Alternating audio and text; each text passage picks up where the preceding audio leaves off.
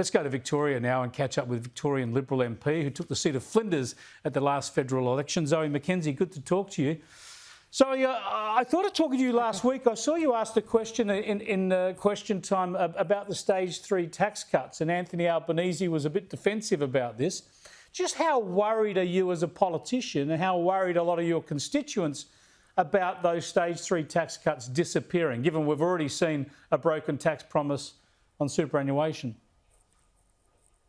So, Chris, this really is the significant test for this government. To date, we've had breaking of promises in relation to superannuation, in relation to energy bills, in relation to franking credits, in relation to relieving the cost of living pressures.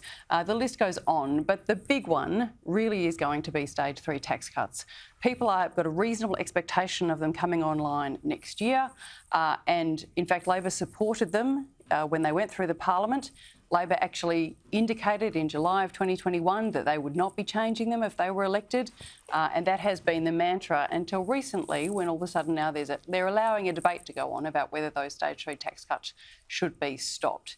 The real issue for my constituents is cost of living pressures and increasing mortgages. We've had 9 mortgage interest rate rises since they were elected. The average mortgage now is costing $1,700 more a month, or roughly $20,000 more a year. That's roughly a new car you didn't know you had to buy every year, just in additional repayments, not even what you were contributing before, and possibly even retiring some principal. I don't think we've really started to see the pain from that. Sorry, Zoe. Yeah, I think we're only just starting to see the real pain cause from all this. What are you hearing on the ground from people as they're coming off fixed loans, perhaps onto these much higher mortgage repayments? So 800,000 families will come off fixed rates this year and go on to variable.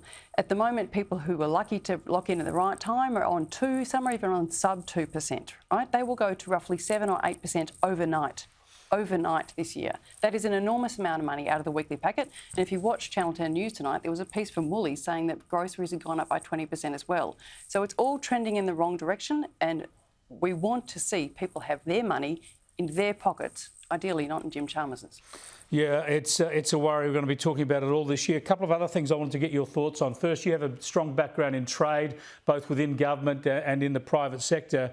The relationship with India, is there a lot of potential there for Australia to make a lot of money and build up a lot of trade, and hopefully there, as well as doing that, then diminish our reliance on China?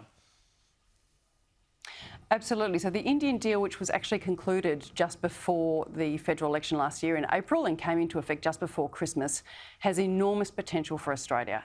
You've got to remember it's a market of 1.4 billion people, and the agreement that will be signed and finalised this year is the EU one, which has 450 million people. So it is an enormous market. So in terms of our goods going into India, you see an 85% decrease in, tariffs coming off 85% of value of goods by value, extending to 90% in 6 years' time. And whilst it's not the 98, 99 we look for usually in those FTAs, it does make an enormous difference to our agricultural exporters, goods and services, but also importantly, bringing Indian know-how to Australia, bringing Indian tourists, bringing Indian students. We've already got 100,000 students here, but we could probably take a few more. But equally, Indian workers. The number one issue in my electorate still remains the lack of skilled workers for ag, for tourism, for hospitality. We are desperate for more people. We need them. We needed them in December. We still need them now. And let's hope that this will actually encourage more Indians to come and live and work and contribute to Australia and make it home. Right, now, just a quick one and a big one before I let you go. We were just talking about the AUKUS deal, how momentous it is. It is a coalition deal, but Labor is doing the right thing, pursuing it. How comfortable are you with the coalition going that next step and saying the obvious corollary of this is to develop a domestic nuclear power industry?